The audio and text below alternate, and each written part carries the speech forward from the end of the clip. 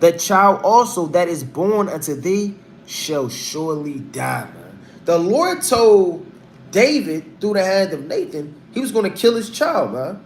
Now imagine if the Lord came to you. Let's stop playing games. And was going to kill your child, man. And you knew about it. You know how sorrowful you would be? How weeping? You'd be moping, looking around, trying to figure out what the hell am I going to do? Am I going to stay in the spirit? Am I going to follow out the truth? Am I going to have anger towards the Lord? Why is he doing this to me, man? Why am I getting afflicted?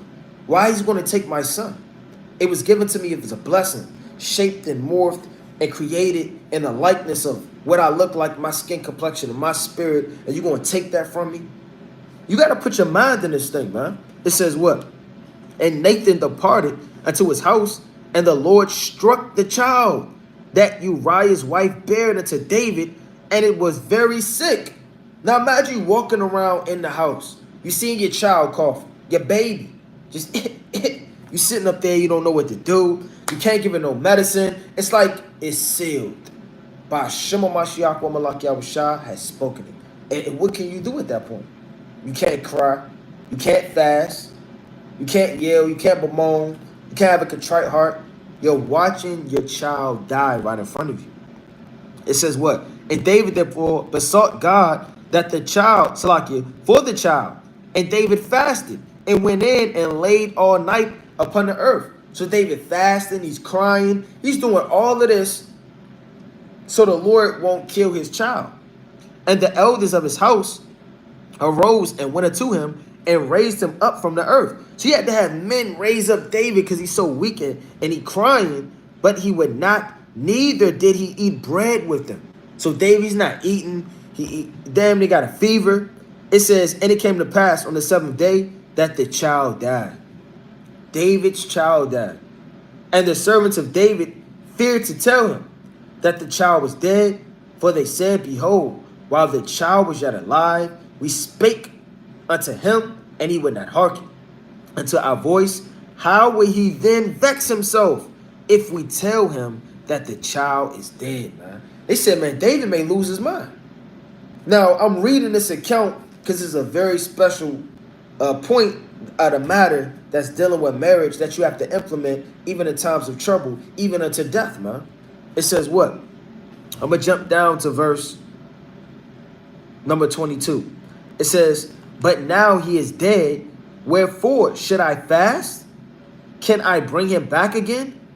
I shall go to him, but he shall not return to me. So David's in mourning, and he's sad because his child died.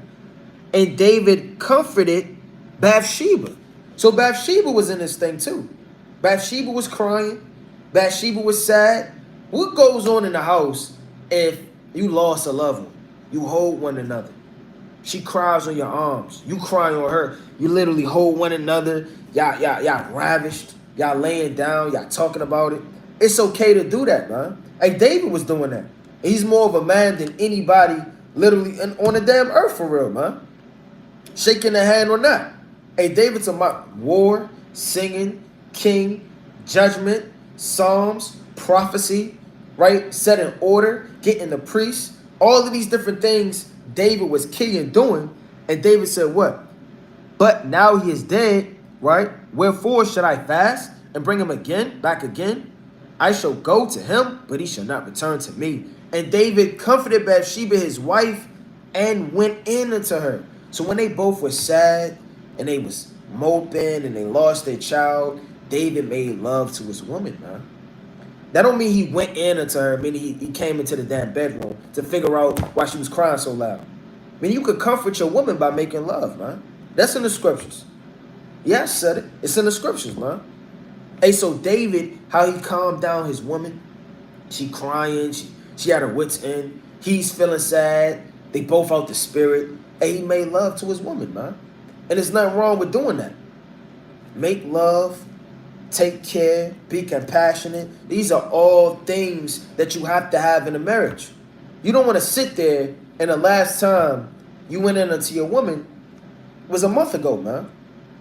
Because you lock the door, you run in the bathroom every time you get home. You wash your hands. And you go to work on yourself, man. And you're going to get put to death. Or your woman, she creeping off watching all these damn MTV shows so she could watch all of these whoredom jakes, man, with their shirts off and get destroyed, man, through the lust of her flesh. And by denying the Lord, you understand, which is her husband, right? And not serving the Lord. By Shema Mashiach Yahushua and showing him all the reverence as you would Yahushua. It's damn near serving another God. And literally be destroyed and sifted out. What did David do? He made love to her, went in unto her, and laid with her. And she bare a son. So they brought forth comfort through their affliction by loving one another, man. And you can do that. You could be catching hell, just lost your job, broke. Sometimes you need to make love and comfort one another, man, in times of trouble. Yeah, the precepts always work. They're always applicable, and you always need them. Nevertheless, the Lord puts certain factors, emotions, and feelings in life, in your mind, in your spirit, to do things that uplift you. And that's what we got to do, man. Buried their son, and he called his name Solomon, which is peace. And the Lord loved him. Check that out, man. And the Lord loved him. So through the comfort of a man and a wife, loving one another in a time of affliction, brought forth Solomon on the scene, man. So that's mighty when you think about it, right? And another aspect of the video I want to touch on, right, is women has to know, you got to have discernment as a woman too. I want to touch on that too. Let's go to the book of Judith.